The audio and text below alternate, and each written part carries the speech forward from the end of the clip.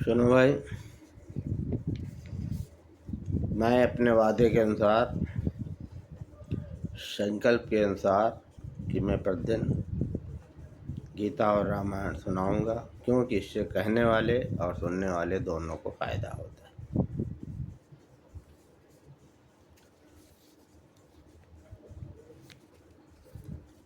और भगवान कहते हैं कि इससे मैं ज्ञान यज्ञ से पूजित होता हूँ।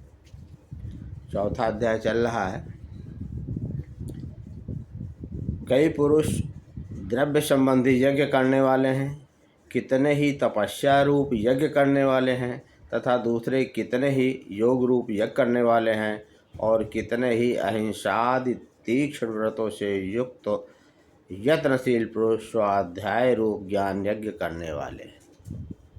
स्वाध्याय भी ज्ञान यज्ञ में आता है।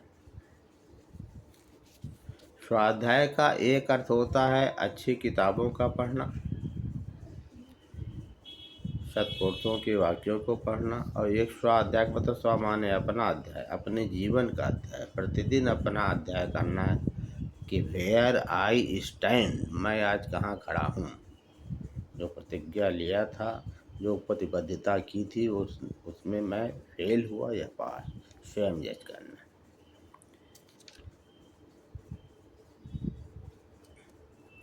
हवन क्या है? एक तो हवन वो होता है जो हम लोग करते हैं नवरात्र वगैरह में। हम सामग्री ला के घी, गुड़, काले तिल, जौ आदि मिला के करते हैं, वो हवन करते हैं। बताते हैं कि उससे वातावरण शुद्धता रहती भी है। दूसरा हवन क्या है?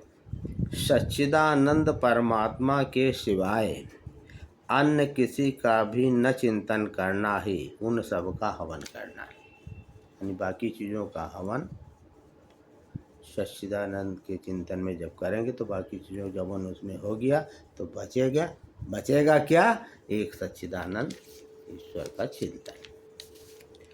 दूसरे कितने ही योगीजन अपान वायु में प्राणवायु को हवन करते हैं, वैसे ही अन्य योगीजन प्राणवायु में अपान वायु को हवन करते हैं, तथा अन्य कितने ही नियमित आहार करने वाले प्राणायाम पारायण पुरुष प्राण और अपान की गति को रोककर प्राणों को प्राणों में ही हवन किया करते हैं। ये सभी साधक यज्ञों द्वारा पापों का नाश कर देने वाले और यज्ञों को जानने वाले हैं। हे कुरुश्रेष्ठ अर्जुन, यज्ञ से बचे हुए अमृत का अनुभव करने वाले योगीजन सनातन परब्रह्म परमात्मा को प्राप्त होते हैं, और यज्ञ न करने वाले पुरुषों के लिए तो यह मनुष्य लोक ही सुखदायक नहीं है, फिर परलोक कैसे सुखदायक हो सकता है।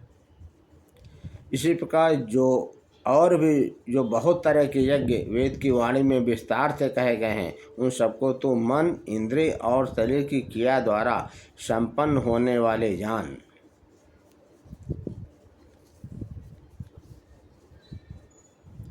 इस प्रकार तत्से जानकर उनके अनुष्ठान द्वारा तू कर्म बंधन से सर्वथा मुक्त हो जाएगा।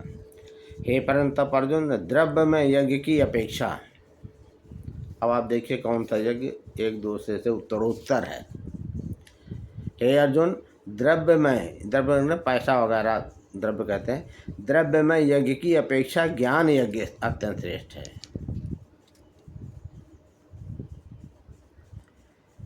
तथा यावन मात्र संपूर्ण कर्म ज्ञान में समाप्त हो जाते हैं। जब ज्ञान हो गया, समझ लिया कि यहाँ परमात्मा ही है, अपने आप सब बेकार हट गए, जान गए वो विष के समान। उस ज्ञान को तू तत्वदर्शी ज्ञानियों के पास जाकर समझ, और उनको भली भांति दंडवत प्रणाम करने से, उनकी सेवा करने से और कपट छोड़कर सरलता पूर्वक प्रश्न करने से वे परमात्मा तत्व को भली भांति जानने वाले ज्ञानी आत्मा तुझे उस तत्व ज्ञान का उपदेश करेंगे। यानी मैं को छोड़ के जाना है, अहंकार को हटा के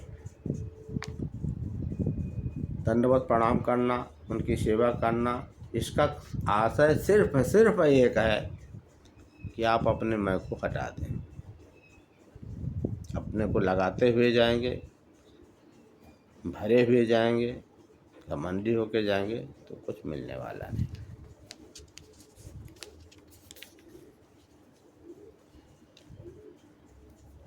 जिसको जानकर फिर तू इस प्रकार मोह को नहीं प्राप्त होगा, तथा हे अर्जुन, जिस ज्ञान के द्वारा तू संपूर्ण भूतों को निश्चेष भाव से पहले अपने में और फिर पीछे में सच्चिदानंद परमात्मा में देखेगा।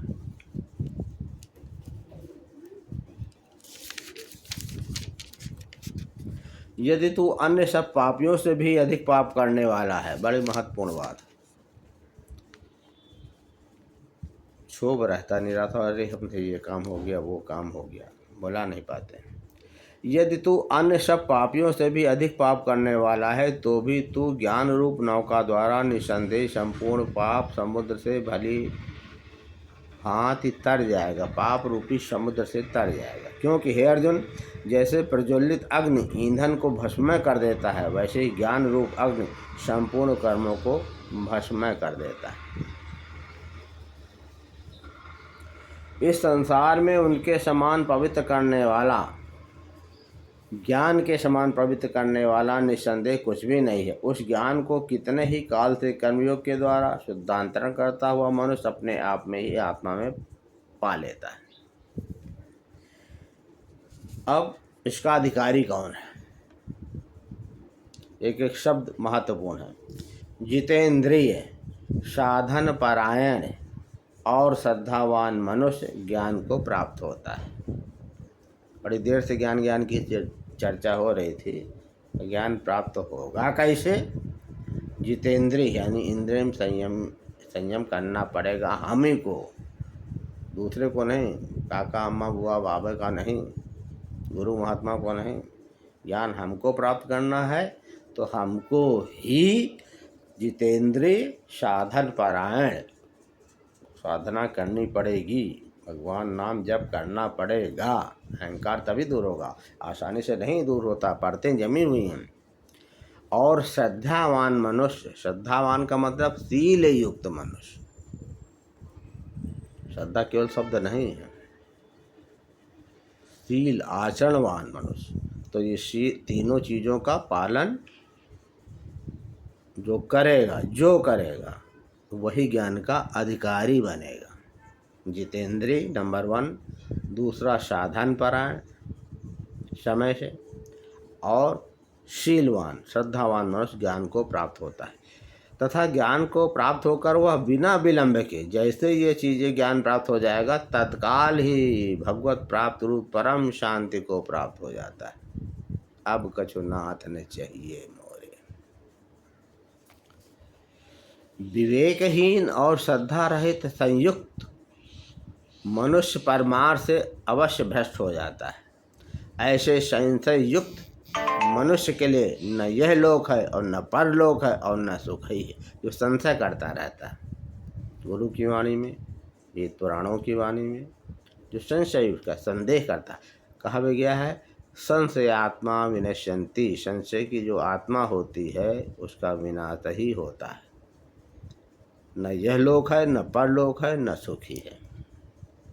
हे धनंजय, जिसने कर्मयोग की विधि से समस्त कर्मों का परमात्मा में अर्पण कर दिया है, और जिसने विवेक के द्वारा, विवेक सत्संग से ही मिलेगा, इसे किताबों से पढ़ के विवेक नहीं मिलेगा। ये विवेक शब्द दूसरा भगवान का नाम है। कहा भी गया है बिनु सत्संग विवेक न होई, और राम कृपा बिनु सुलभ न सोई। छल कपट से नहीं विवेक प्राप्त हो जाएगा। विवेक चूड़ामणि आदि शंकराचार्य की बहुत महत्वपूर्ण पुस्तक, बहुत पतली है लेकिन बहुत ही कई बार पढ़ेंगे तब समझ में आता है। तो विवेक द्वारा समस्त संशयों का नाश कर दिया है, समाधान हो गया। ऐसे वश में किए हुए अंतःकरण वाले पुरुष को कर्म नहीं बांधते हैं, फिर वो कर्म के चक्कर नहीं पड़ता, कर्म कर्म विकर्म।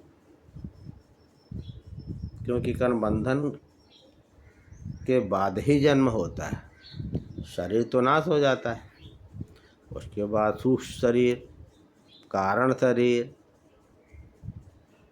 मन सहित चला जाता है दूसरी याद भोगने के लिए। और जब कर्म ही भुने हुए चने के बाद नष्ट हो गए तो फिर जन्म कहाँ, तब तो मोक्ष ही हो गया। लेकिन उसके लिए ये प्रयास तो 3 साधन वाले करने ही पड़ेंगे। इसलिए है भरतवर्षी अंजन, तू हृदय में स्थित इस अज्ञान जनित अपने संशय का विवेक ज्ञान रूप तलवार द्वारा छेदन करके समत्व रूप कर्मों में स्थित हो जा और युद्ध के लिए खड़ा हो जा। समत्व रूप, समरूप रहना है हमको, और युद्ध के लिए खड़ा हो जाए। युद्ध का मतलब तलवार बंदूक लेके कुल्हाड़ी फावड़ा लेके नहीं मार जुट जाना। ये आंतरिक जो शत्रु हैं,